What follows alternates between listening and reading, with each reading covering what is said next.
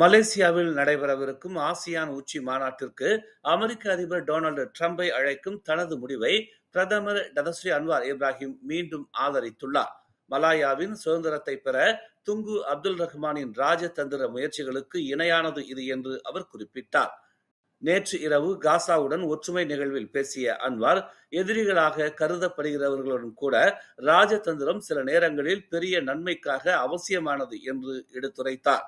Tunku Abdul Rahman மலாயாவிற்கு சுதந்திரத்தை பெற விரும்பிய போது நம்மையும் இஸ்லாத்தையும் ஒடுக்கிய நமது காலனித்துவவாதிகளை சந்திக்க லண்டனுக்கு ஒரு குழுவை அழைத்துச் சென்றதை சுட்டிக்காட்டினார். ராஜதந்திரம் முக்கியமானது என்றும், ஏனென்றால் நமது குறிக்கோள் சுதந்திரம் என்று புக்கிட் ஜாலிலில் உள்ள அக்சியேட்டா அரங்கில் 10,000க்கும் மேற்பட்டோர் கூடியிருந்த கூட்டத்தில் அன்வார் கூறினார். ட்ரம்ப் உடனான பேச்சுவார்த்தைக்கான தனது அழைப்பு இதே போன்ற ஒரு கொள்கையால் வழிநடத்தப்பட்டதாக அன்வார் கூறினார். அவரும் மற்ற ஆசியான் உறுப்பு நாடுகளும் காசாவில் அமைதிக்காக இயங்குவதாகவும், பாலஸ்தீனியர்கள் இனி துன்பப்படக்கூடாது என்றும் அன்வார் தெரிவித்தார். ட்ரம்பை அழைக்கிறோம் என்று அர்த்தம் என்றால் பேச்சுவார்த்தை நடத்துவதில் என்ன தவறு? நான் சரணடையவில்லை, பேச்சுவார்த்தை நடத்தி வருகிறேன் என்று அவர் கூறினார். ட்ரம்பிற்கு அழைப்பு விடுத்ததற்காக தன்னை கேலி செய்த விமர்சகர்களால் தான் கவலைப்படவில்லை என்று அன்வார் தெரிவித்தார். சர்வதேச பிரச்சனைகளை கையாளும் போது அரசியல் முதிர்ச்சியும் ஞானமும் தேவை என்று அவர் வலியுறுத்தினார். ஆசியான் சார்பாக டொனால்டு ட்ரம்பை அழைக்க விரும்புவதால் மக்கள் என்னை அவமதிக்கிறார்கள். நான் மிகவும் பயனற்ற பிரதமர் என்று அவர்கள் கூறுகிறார்கள். ஆனால் நீங்கள் வரலாற்றை படித்தால் நபிகள் நாயகம் தன்னை கேலி செய்து நிராகரித்தவர்களுடன் பேச்சுவார்த்தை நடத்தியதை நீங்கள் காண்பீர்கள் என்று அன்வார் சுட்டிக்காட்டினார். காசாவில் இஸ்ரேலின் நடவடிக்கைகளுக்கு வாஷிங்டன் அளித்த ஆதரவு தொடர்பாக ட்ரம்பிற்கு அளித்த அழைப்பை திரும்பப் பெறுமாறு அரசாங்கத்தை வலியுறுத்திய முன்னாள் பிரதமர் டாக்டர் மகாதீருக்கு பதிலளிக்கும் விதமாக அன்வார் இதனை தெரிவித்தார். கடந்த ஆண்டில் மலேசியர்கள் மாதத்திற்கு சராசரியாக 5,566 ரிங்கிட்டை செலவிட்டுள்ளனர். அந்த பணத்தில் கணிசமான பகுதி வீட்டுச் செலவுக்கு, குறிப்பாக குடியிருப்பு செலவுகள், அடிப்படை வசதிகள், வெளியே சென்று உணவருந்துவது போன்றவற்றிற்கு பயன்படுத்தப்பட்டுள்ளது என்று ஆய்வு ஒன்றில் தெரிவிக்கப்பட்டுள்ளது. மலேசிய புள்ளி விவரத்துறை நேற்று வெளியிட்ட குடும்ப வருமானம் மற்றும் செலவினம் மீதான கருத்தாய்வில் இது தெரிவிக்கப்பட்டுள்ளது. இந்த ஆய்வறிக்கையை 2ஆம் நிதி அமைச்சர் டதஸ்ரீ அமீர் ஹம்சா அசீசான் நேற்று புத்ராஜயாவில் வெளியிட்டார். 23 GSF தன்னார்வலர்களுக்கு புதிய கை தொலைபேசிகளை தகவல் தொடர்புத்துறை அமைச்சர் டத்தோ ஃபாமி ஃபாஜில் அன்பளிப்பாக வழங்கினார். காசாவிற்கான குளோபல் ஸ்மூத் புளோட்டிலா மனிதாபிமான பணியில் 23 மலேசியர்கள் ஈடுபட்டனர். இஸ்ரேல் படையின் சவால்களில் இருந்து மீண்ட அவர்கள் பாதுகாப்பாக நாடு திரும்பினர்.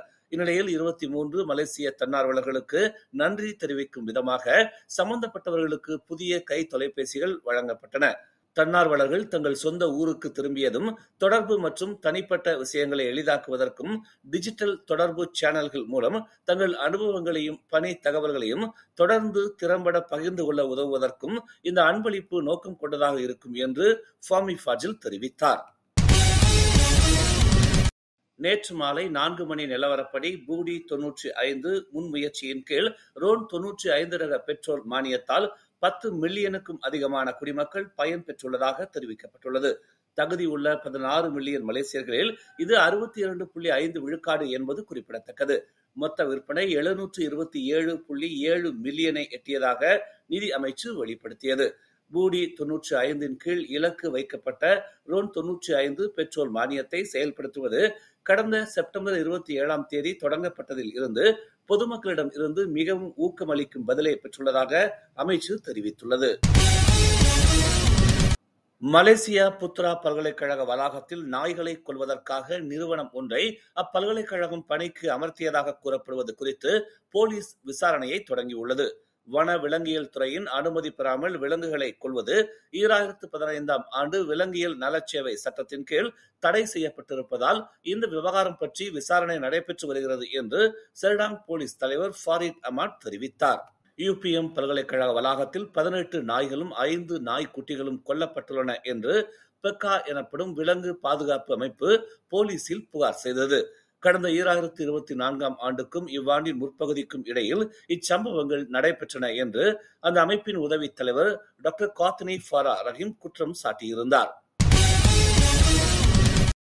HIV மற்றும் எய்ட்ஸ் நோயினால் தாம் பீடிக்கப்பட்டிருப்பதாக செய்தி வெளியிட்ட இந்தியாவை தளமாக கொண்டு செயல்படும் இணைய பத்திரிகை ஒன்றிடம் இருந்தும் அதன் செய்தியாளர் ஒருவரிடம் இருந்தும் 1 கோடி ரிங்கிட்டை இழப்பீடாக சர்ச்சைக்குரிய சமய போதகர் டாக்டர் ஜாகிர் நாயக் கோரியிருக்கிறார்.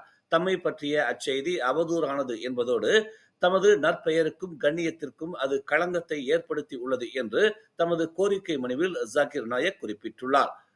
தமக்கு HIV கிருமிகள் தொற்றியிருப்பது போன்றும் ஒழுங்கீனமான செயல்களில் ஈடுபட்டதால் தான் அவ்வாறு நிகழ்ந்துள்ளது என்பது போன்றும் அச்செய்தி வெளியிடப்பட்டுள்ளது என்று பிரபல மத போதகரான ஜாகிர் கூறியுள்ளார். செப்டம்பர் 13ஆம் தேதி யூடியூப் தளத்தில் அச்செய்தி வெளியாகியுள்ளது. கிள்ளான் பள்ளத்தாக்கில் உள்ள ஒரு தனியார் மருத்துவமனையில் தாம் அனுமதிக்கப்பட்டுள்ளதாக அச்செய்தியில் கூறப்பட்டுள்ளது.